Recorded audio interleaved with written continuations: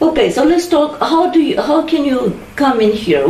There's so many types of visas, and what would you say are the most common, the most I would say common, used, accepted ways to come to the United States? Yes, because I know you still have to have a certain visa to apply for the whole immigration. It takes years. It's a few years long process. Well, and actually it depends. So we talked about visitor visas already, so that's one type of non-immigrant visas. So there are basically non-immigrant visas, which are sort of short-term working visas for people who want to come here for a while but not live here permanently. And then there are immigrant visas for someone, for example, who marries an American and plans to live here for the rest of their life. So I mean, I can talk a little bit about some of the non-immigrant visas.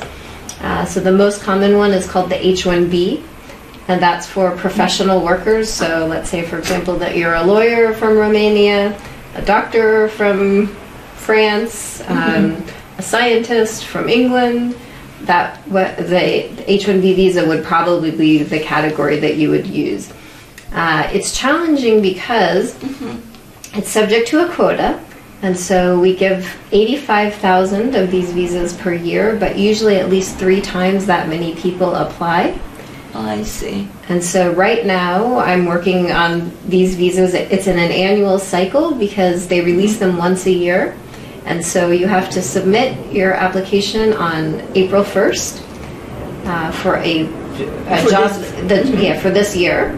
And they literally have FedEx trucks lining up. These have to be delivered to a location in Vermont or California.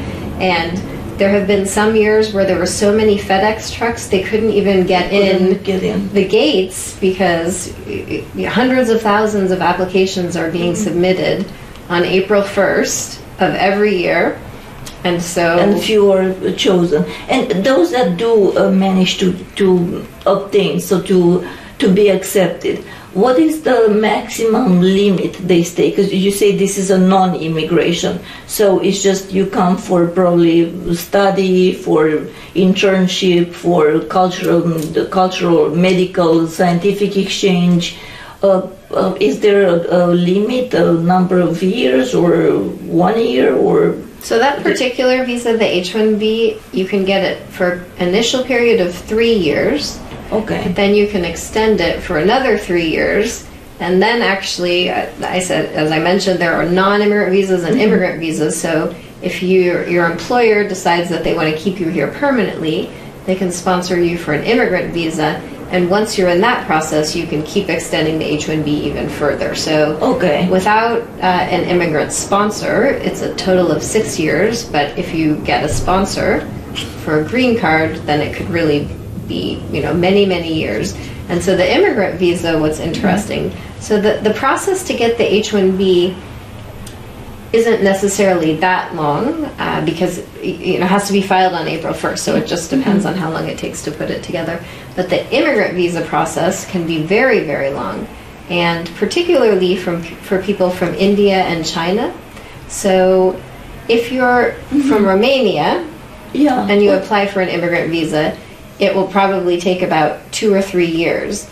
If you're from India, it could take 20 or 30 years. Oh my God. Yes. So I was once at a conference where a lawyer stood up and she said, so we should just have our Indian clients have children because once your child turns 21, they can sponsor you, and that would be quicker.